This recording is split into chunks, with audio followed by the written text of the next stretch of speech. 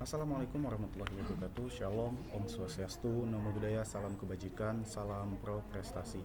Halo Sobat Transportasi, izin memperkenalkan diri. Nama Taruna Muda Muhammad Ilyas Fikri, notar 2501186. Izin, di sini saya akan membahas materi tentang dasar-dasar transportasi, yaitu materi sistem transportasi. Dalam sistem transportasi dibagi menjadi 4. Yang pertama ada sistem kegiatan, kedua sistem jaringan, ketiga sistem pergerakan, dan sistem kelembagaan. Di sini saya akan menjelaskan mulai dari sistem yang pertama, yaitu sistem kegiatan. Sistem kegiatan atau transport demand memiliki jenis kegiatan yang membangkitkan pergerakan dan akan menarik pergerakan dalam proses pemenuhan kebutuhan sistem tersebut. Merupakan sistem pola kegiatan tata guna lahan yang terdiri dari sistem pola kegiatan sosial, ekonomi, kebudayaan, dan lainnya. Kegiatan yang ditimbulkan membutuhkan pergerakan sebagai alat pemenuhan kebutuhan, sehingga besarnya pergerakan sangat berkaitan erat dengan jenis dan intensitas kegiatan yang dilakukan. Dalam sistem kegiatan ada sistem tata guna lahan.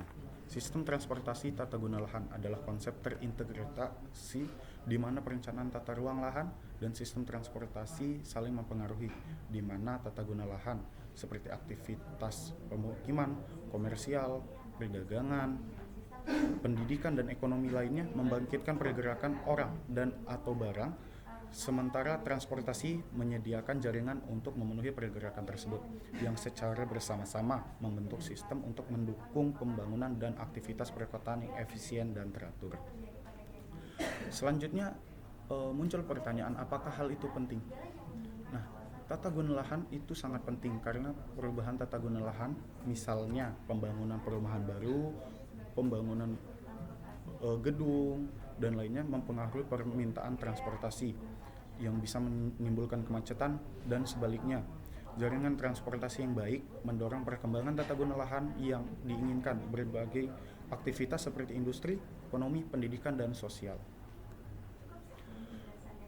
Berdasarkan fungsinya, tata guna lahan dibagi menjadi 3, yaitu public use, private use, dan jalan atau right of way atau sirkulasi, di mana tata guna lahan terkait jalan adalah perencanaan dan pengaturan pemanfaatan ruang di sekitar koridor jalan untuk fungsi tertentu seperti perumahan, komersial, dan industri, yang sangat erat hubungannya karena mempengaruhi bangkitan lalu lintas, pelayanan jalan, dan kualitas lingkungan, di mana aturan zonasi menetapkan kegiatan yang diizinkan. Nah, selanjutnya apa sih contoh dari bagian tata guna lahan itu sendiri atau sistem kegiatan? Pertama, kita ke bagian sosial. Transportasi berperan penting dalam kehidupan sosial masyarakat, seperti contohnya mobilitas penduduk, memudahkan interaksi antar individu dan kelompok. Selanjutnya ada akses layanan publik, mempermudah menuju rumah sakit, kantor, pemerintahan, atau tempat ibadah. Yang selanjutnya adalah integrasi wilayah, yang mana sistem ini menghubungkan daerah terpencil dengan pusat kota. Nah, untuk di bagian ekonomi sendiri, transportasi adalah tulang punggung kegiatan ekonomi. Contohnya seperti distribusi barang, yang mana dari produsen ke konsumen, baik lokal maupun internasional, itu membutuhkan transportasi untuk distribusi barang. Selanjutnya ada pertumbuhan ekonomi daerah, akses transportasi yang membuka peluang investasi dan perdagangan. Selanjutnya ada bagian pendidikan. Transportasi juga mendukung dunia pendidikan, yang dimana akses ke sekolah atau universitas itu memerlukan transportasi yang akan memudahkan siswa dan mahasiswa mencapai lembaga pendidikan. Juga kesetaraan pendidikan, yang mana transportasi yang merata membantu daerah terpencil mendapatkan akses pendidikan yang merata. Nah, selanjutnya dalam tata guna lahan sendiri itu ada peta tata guna lahan yang dimana pewarnaannya itu diatur di dalam PP nomor 8 tahun 2013 tentang ketelitian peta rencana tata ruang. itu menjadi salah satu dasar hukum dari sistem kegiatan itu sendiri. Selanjutnya kita akan membahas tentang sistem jaringan. Nah, apa itu sistem jaringan? Sistem jaringan transportasi adalah sekumpulan prasarana transportasi yang saling terhubung dan berfungsi untuk melayani pergerakan orang dan barang secara kontinu. Jaringan ini membentuk struktur ruang yang memungkinkan terjadinya interaksi antar wilayah dalam perencanaan transportasi. Jaringan tidak hanya dipahami sebagai infrastruktur fisik, tetapi juga sebagai media yang mempengaruhi pola perjalanan dan pemilihan rute. Nah, apa sih fungsi dan komponen utama sistem jaringan transportasi itu? Ada 4 fungsi atau komponen utama dari sistem jaringan transportasi. Yang pertama ada prasarana, yang kedua tentunya sarana, dan ketiga pengguna, dan yang keempat itu ada regulasi. Jadi ini merupakan 4 fungsi dan komponen utama dari sistem jaringan transportasi. Lalu ada jenis prasarana transportasi darat. Nah, yang pertama itu ada fungsi jalan. Berdasarkan fungsi dan peruntukannya, jalan dibagi menjadi beberapa bagian. Yang pertama ada jalan arteri, jalan kolektor, jalan lokal, jalan lingkungan, jalan nasional, jalan kabupaten kota, dan jalan desa. Itu merupakan statusnya. Nah, selanjutnya untuk dasar hukum dari sistem jaringan sendiri itu ada beberapa undang-undang. Yang pertama Undang-Undang Nomor 23 Tahun 2007 tentang Perkeretaapian, Undang-Undang Nomor 38 Tahun 2004 tentang Jalan, Undang-Undang Nomor 22 Tahun 2009 tentang Lalu Lintas dan Angkutan Jalan, dan undang-undang lainnya yang mengatur tentang sistem jaringan. Di sini saya mengambil contoh dari sistem jaringan adalah terminal sebagai simpul utama, ya. Jadi di kali ini kita akan membahas fungsi terminal dalam sistem jaringan. Dalam permoda transportasi, terminal adalah simpul tempat pergerakan penumpang atau barang, dimulai dari di mana barang itu dimulai atau diakhiri. Terminal berfungsi sebagai tempat operasional seperti tempat untuk mengatur kedatangan dan keberangkatan kendaraan, tempat parkir sementara, serta pemeliharaan dengan sarana tersebut. Selanjutnya, terminal sebagai fungsi pelayanan. Penumpang menyediakan fasilitas, kenyamanan informasi perjalanan, dan keamanan bagi pengguna jasa sebelum melakukan perjalanan. Terminal sendiri memiliki beberapa klasifikasi ini. Yang pertama ada terminal tipe A, yang biasanya antar provinsi, melayani kendaraan penumpang umum untuk angkutan antar kota, antar provinsi, angkutan lintas batas negara. Selanjutnya ada terminal tipe B dalam provinsi, yaitu melayani angkutan dalam provinsi seperti AKDP, AK, dan angkutan desa. Selanjutnya ada terminal tipe C atau terminal lokal, melayani angkutan kota dan angkutan pedesaan. Selanjutnya kita ke prasarana perkeretaapian, masih di sistem jaringan. Apa sih pengertian dari prasarana perkeretaapian itu? Prasarana perkeretaapian adalah infrastruktur khusus yang disediakan untuk menunjang operasional kereta api. Prasarana ini bersifat jalur tetap, artinya tidak dapat dipindahkan dan hanya digunakan untuk perjalanan kereta api pada lintasan tertentu. Keberadaan dan pengelolaannya diatur oleh regulasi perkeretaapian yang berlaku agar penyelenggaraan transportasi kereta api berjalan aman, tertib, dan efisien, yang dimana tadi diatur oleh Undang-Undang Nomor 23 Tahun 2007. Selanjutnya kita akan bergeser ke sistem pergerakan. Oke. Nah, di sistem pergerakan sendiri kita akan membahas tentang Apa itu sistem pergerakan? Nah, yang pertama, definisi dari sistem pergerakan. Sistem pergerakan transportasi adalah bagian dari sistem transportasi yang menjelaskan bagaimana, berapa banyak, dari mana, kemana, dan dengan mode apa orang atau barang berpindah sebagai akibat dari adanya aktivitas manusia. Di sini saya mengambil salah satu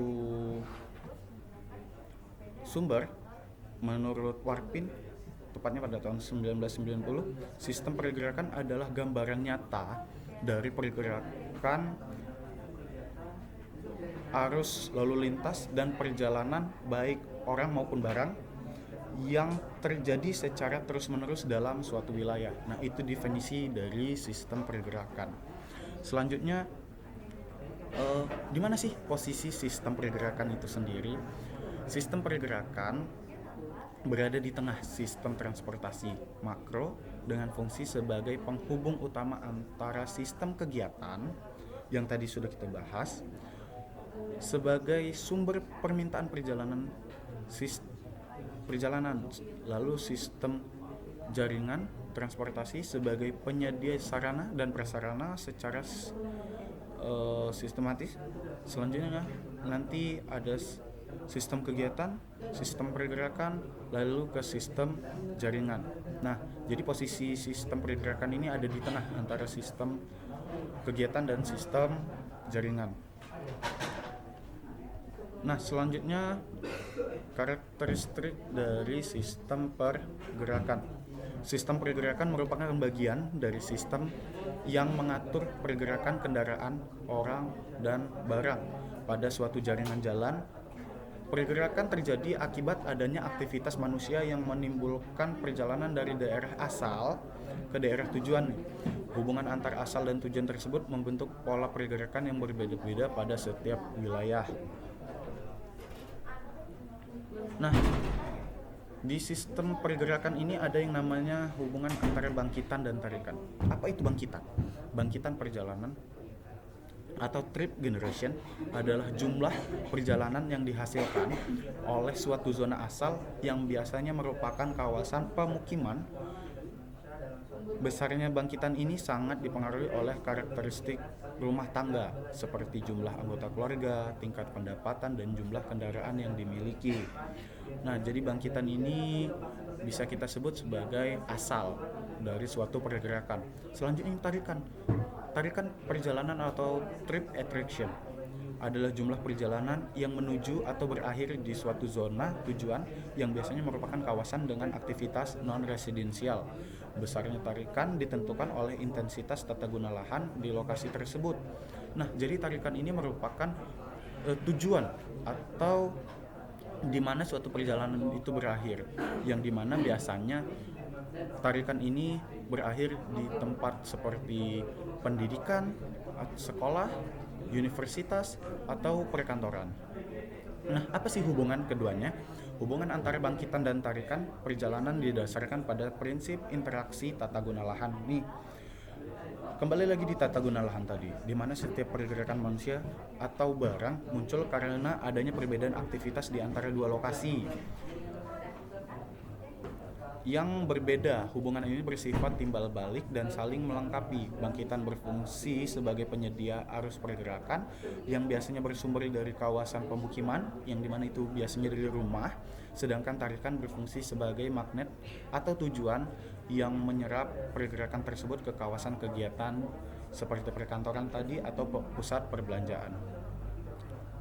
Nah, untuk dasar hukum dari sistem pergerakan sendiri itu kurang lebih sama dengan sistem jaringan. Yang pertama ada Undang-Undang Nomor 22 Tahun 2009 tentang lalu lintas dan angkutan jalan. Lalu ada Undang-Undang Nomor 23 Tahun 2007 tentang perkeretaapian, Undang-Undang Nomor 17 Tahun 2008 tentang pelayaran, dan Undang-Undang Nomor tentang tahun 2009 tentang penerbangan. Ya, sistem kegiatan udah, sistem jaringan udah. Selanjutnya kita ke sistem kelembagaan. Ini merupakan subbab terakhir dari sistem transportasi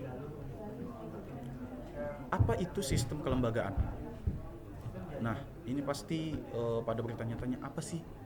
Memang ada nih kelembagaan di sistem transportasi. Nah, di sini kita membahas tentang sistem kelembagaan. Pasti muncul pertanyaan, apa itu sistem kelembagaan?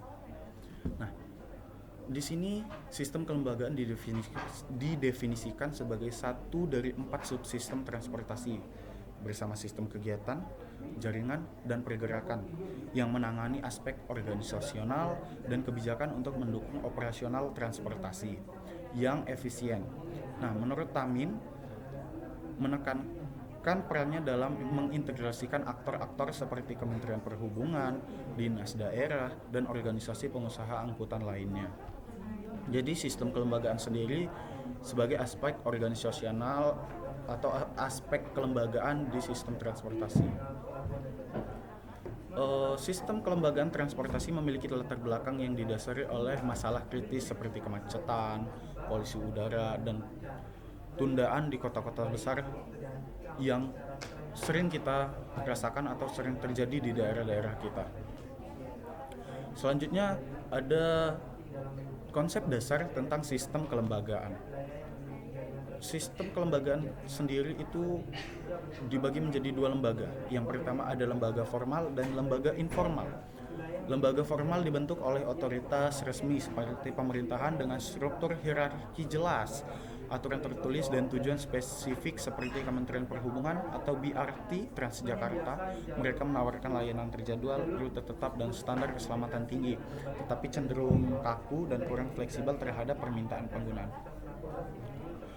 Kementerian Perhubungan beserta Ditjen terkait, BUMN seperti PT KAI, PT ASDP, dan PT Pelindo, Angkasa Pura, dan operator swasta seperti operator taksi online hingga pengatur seperti Badan Kebijakan Transportasi itu merupakan lembaga formal. Selanjutnya adalah lembaga informal, di mana lembaga informal muncul secara organik dan dari inisiatif swasta atau komunitas seperti para transit, ojek, angkot liar tanpa regulasi ketat dan berbasis kesepakatan langsung. Mereka sangat responsif terhadap demand atau pintu-pintu, jadwalnya fleksibel dan operasinya biasanya di 24 jam. Ini mengisi celah layanan formal tetapi sering bermasalah dalam keselamatan dan koordinasi. Itu dia perbedaan dari lembaga formal ataupun informal. Selanjutnya kita unsur-unsur dari sistem kelembagaan transportasi. Yang pertama pastinya ada pemerintah sebagai regulator dan perencana, yang mana pemerintah memiliki peran utama sebagai pengatur perencanaan dan pembinaan pengawasan sistem transportasi. Nah, selanjutnya ada operator atau penyelenggara transportasi, di mana operator adalah pihak yang menyediakan layanan transportasi secara langsung kepada publik, baik pemerintah maupun swasta, yang mempunyai tugas seperti menyelenggarakan layanan angkutan, mematuhi standar prosedur dan regulasi yang berlaku, dan juga menjaga aspek keselamatan, kenyamanan, ketepatan waktu, dan sistem operasional. Selanjutnya tentu saja ada pengguna jasa transportasi, adalah masyarakat umum atau pelaku ekonomi yang menggunakan layanan transportasi dalam kegiatan sehari-hari. Perannya ini termasuk dalam menciptakan permintaan transportasi, memberikan umpan balik terhadap kualitas layanan, dan berperan dalam evaluasi implementasi kebijakan melalui partisipasi publik dan perilaku pengguna. Selanjutnya ada peraturan kebijakan dan standar, mekanisme koordinasi antar lembaga. Itu tadi adalah unsur-unsur dari sistem kelembagaan transportasi. Nah, kita ke fungsi dan peran sistem kelembagaan. Di sini ada fungsi dari sistem kelembagaan sendiri adalah yang pertama, menyusun kebijakan transportasi. Kedua, mengatur dan pengawasan. Selanjutnya ada koordinasi lintas sektor dan lintas wilayah. Nah, sistem contoh dari sistem kelembagaan transportasi. Yang pertama ada Kementerian Perhubungan, yang mana berperan sebagai pembuat kebijakan nasional di bidang transportasi. yang mana perannya adalah menyusun regulasi dan standar secara nasional. Selanjutnya mengatur sistem transportasi di darat, laut, udara, dan perkereta apian. Selanjutnya ada pemerintah daerah seperti Dinas Perhubungan berfungsi sebagai pelaksana kebijakan di tingkat daerah, yang mana tugasnya mengelola transportasi perkotaan dan regional, menyusun kebijakan transportasi lokal, dan mengawasi operasional angkutan umum daerah.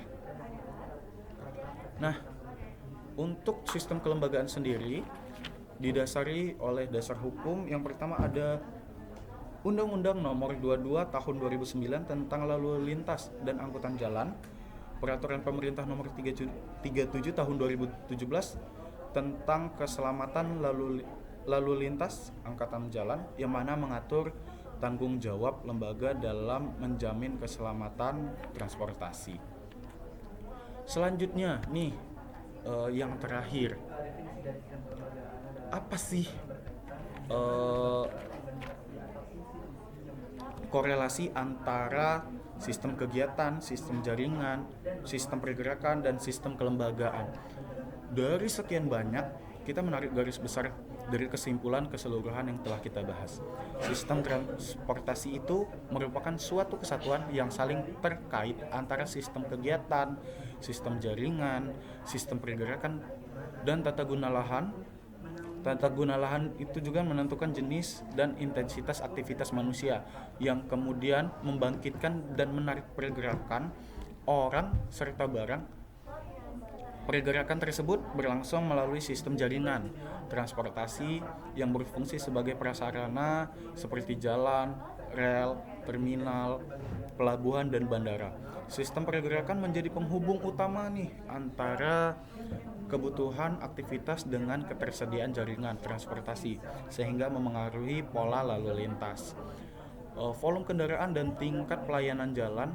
Hubungan antar tata guna lahan dan transportasi bersifat timbal balik, ya, di mana perubahan tata guna lahan meningkatkan kebutuhan transportasi, sementara peningkatan sistem transportasi dapat mempengaruhi perkembangan dan nilai lahan. Oleh karena itu, perencanaan tata guna lahan dan sistem transportasi harus dilakukan secara terpadu agar tercipta pergerakan yang aman, lancar, dan berkelanjutan dalam mendukung pembangunan wilayah. Jadi sistem sistem kegiatan, sistem jaringan, sistem pergerakan, sistem kelembagaan itu saling terikat, yang mana sistem kegiatan berhubungan dengan jaringan. Begitu juga sebaliknya. Begitu juga kan kegiatan, jaringan, dan pergerakan itu saling memunculkan aktivitas timbal balik, yang mana dari tiga sistem ini diatur oleh satu sistem, yaitu sistem kelembagaan. Mungkin sekian pembahasan saya dalam tugas kali ini, yaitu tugas tentang sistem transportasi, mata kuliah dasar-dasar transportasi, yang mana dosen pengampunya oleh Ibu Rika Marlia SPD MMTR. Sekian dari saya ucapkan terima kasih. Wabillahi taufiq wal hidayah. Wassalamualaikum warahmatullahi wabarakatuh.